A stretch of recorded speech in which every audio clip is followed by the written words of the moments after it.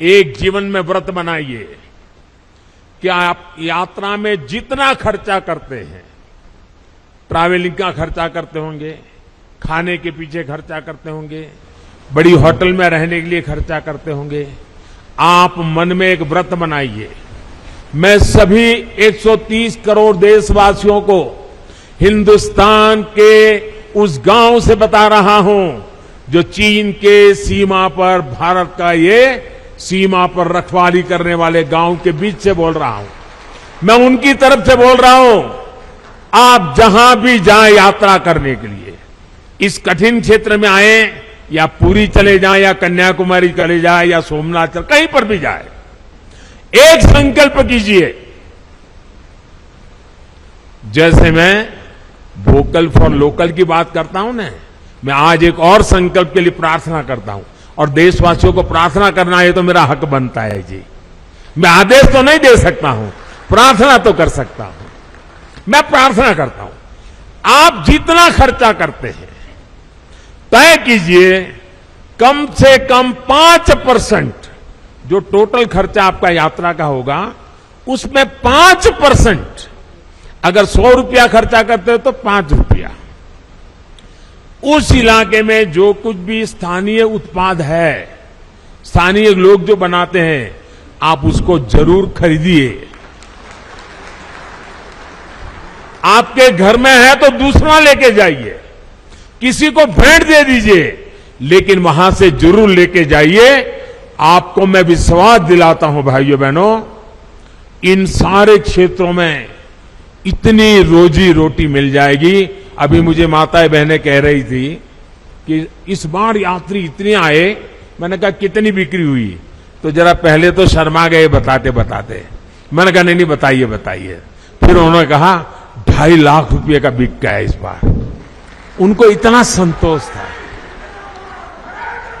अगर सब यात्री, सभी प्रवासी जहां जाए वहां स्थानीय जो गरीब लोग पैदा करते हैं वैसी स्थानीय बनी हुई चीज 5% बजट ये जोड़ दीजिए, आप देखिए आपको जीवन में संतोष होगा।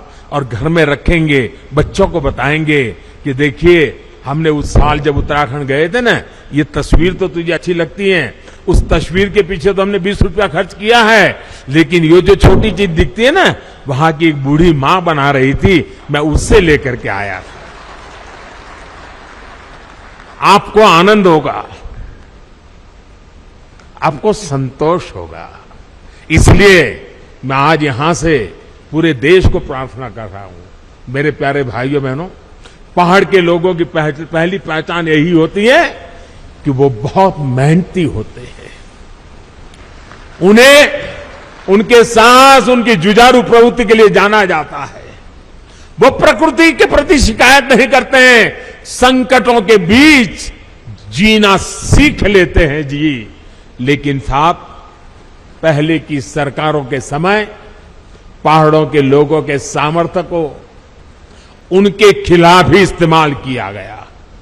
दशकों तक सरकारें ये सोचकर पहाड़ की उपेक्षा करती रही कि वो मेहनतकश लोग हैं, पहाड़ जैसा उनका हौसला है, अरे उनकी तो ताकत इतनी है, उनको तो कुछ जरूरत नहीं, चल जाएगा। ये उनकी ताकत के साथ अन्याय था। उनकी ताकत है इसका मतलब ये तो नहीं है कि उनको ऐसे ही रहने दिया जाए, उनको भी तो सुविधा चाहिए। मुश्किल हालतों में पहाड़ के लोगों को मदद मिलनी चाहिए। जब सुविधाएं पहुंचाने की बात हो, जब सरकारी योजनाओं का लाभ पहुंचाने की बात हो, तो पहाड़ के लोगों का नंबर सबसे बाद में आता था। इस सोच के साथ देश कैसे आगे बढ़ता? पहाड़ के लोगों के साथ हो रहे इस अन्याय को मुझे समाप्त करना ही था। इसलिए पहले जिस इलाकों को देश की सीमाओं का अंत मानकर नजरअंदाज किया जाता था, हमने वहां से समृद्धि का आरंभ मानकर काम शुरू किया है। पहले देश का आखिरी गांव जानकर जिसकी उपेक्षा की जाती थी, हमने वहां के लोगों को अपेक्षाओं पर फोकस पर करके काम करना शुरू किया है। पहले देश के विकास में जिनका योगदान को महत्व नहीं दिया गया, हमने उन्हीं को साथ लेकर प्रगति के महान लक्ष्यों की ओर बढ़ने का संकल्प किया है। हमने पहाड़ की उन चुनौतियों का हल निकालने की कोशिश की है। जिससे जूझने में वहां के लोगों की बड़ी ऊर्जा व्यर्थ हो जाए, वो हमें मंजूर नहीं है। हमने हर गांव तक बिजली पहुंचाने का अभियान चलाया, जिसका बहुत बड़ा लाभ मेरे पहाड़ के भाई और बहनों को मिला। मुझे यहां गांव की सरपंच मां एक बहन से मिलना हुआ। मैं पूछ रहा था शौचालय बन गए? अरे बोले साहब बन गए। मैंने कहा पानी पहुंच रहा है? बोले पाइप लग रही है। इतनी चेहरे पर खुशी थी, अपने गांव में काम होने का आनंद था उनके। सरपंच महिला थी, बड़े गर्व से मुझे बता रही थी। हमने हर घर जल का अभियान चलाया, जिसकी वजह से आज उत्तराखंड के 65% से ज्यादा घरों में पाइप से पानी पहुंच चुका है। हमने हर पंचायत को ऑप्टिकल फाइबर से जोड़ने का अभियान चलाया, जिसकी वजह से उत्तराखंड के कोने कोने में आज डिजिटल कनेक्टिविटी पहुंच रही। मैं आज देख रहा था, इनके वे भी ऑनलाइन पैसे ले रहे थे, डिजिटल फिनटेक। मैं जरा हमारे पार्लियामेंट में कुछ बुद्धिमान लोग बैठते हैं, उनको बताना चाहता हूं कि मणा आई है, मणा।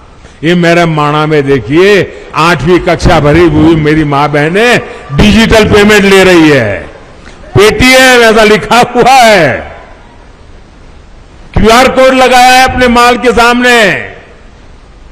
ये ताकत मेरे देश की मुझे माणा गांव के लोगों के पास देख करके और गर्व हो रहा है।